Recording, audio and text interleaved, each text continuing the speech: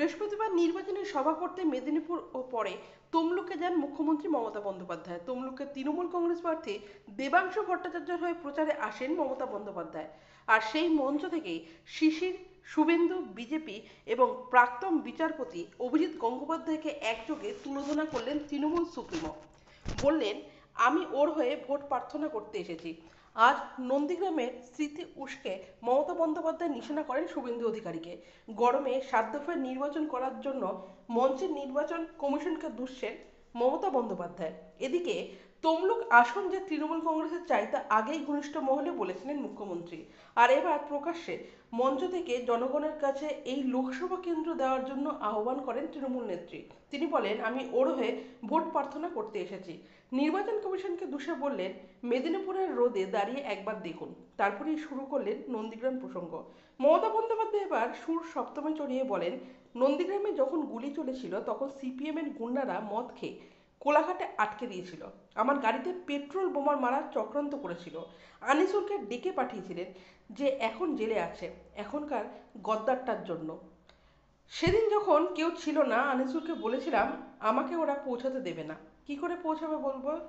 সেদিন আনিসুরের মোটর বাইকে তমলুক পর্যন্ত এসেছিলাম। নন্দীগ্রামে যখন গেলাম সেদিন পিতা পুত্র কেউ ছিল না। অন্যদিকে এখানেই থেমে থাকেননি মুখ্যমন্ত্রী। নাম না না করে শুভেন্দু অধিকারী ও শিশির অধিকারীকে তুলোধনা করেন মমতা বন্দ্যোপাধ্যায়। তার কথায়, সেদিন যখন এসেছিলাম আমি, কোথায় ছিলেন পিতা পুত্র? কেউ কেন দেখতে পাননি তাদের? 10 দিন পিতা পুত্র কেউ বেরায়নি, কেউ আসেনি। সারা রাত বোমাগুলির আওয়াজ শুনেছিলাম, তখনও কিন্তু কেউ আসেনি। চিত্তমাইতি আমাকে থাকতে দিয়েছিল। হ্যাঁ, আমি ওদের কথা আমার বইয়ে লিখেছিলাম। ভুল লিখেছিলাম, নিজেদের লোকের নাম করব না তাই লিখেছিলাম। এখন সংশোধন করে দেব, কারণ আমি 10 দিন ওখানে পড়েছিলাম, পিতা পুত্র কেউ বাইরে বেরোয়নি।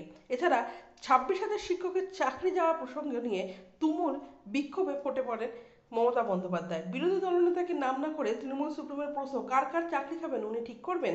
রায়টা আগে থেকে জানে কি করে? ওর এক পকেটে ইডি, আরেক পকেটে সিবিআই, আরেক পকেটে থাকে বোমা। একবার বললাম হাঁ করে, আমাদের সরকার না থাকলে দীঘায় আমাদের ঢুকতে দেবে তো? আমি ভাবছি দীঘায় একটা বাড়ি বানাবো।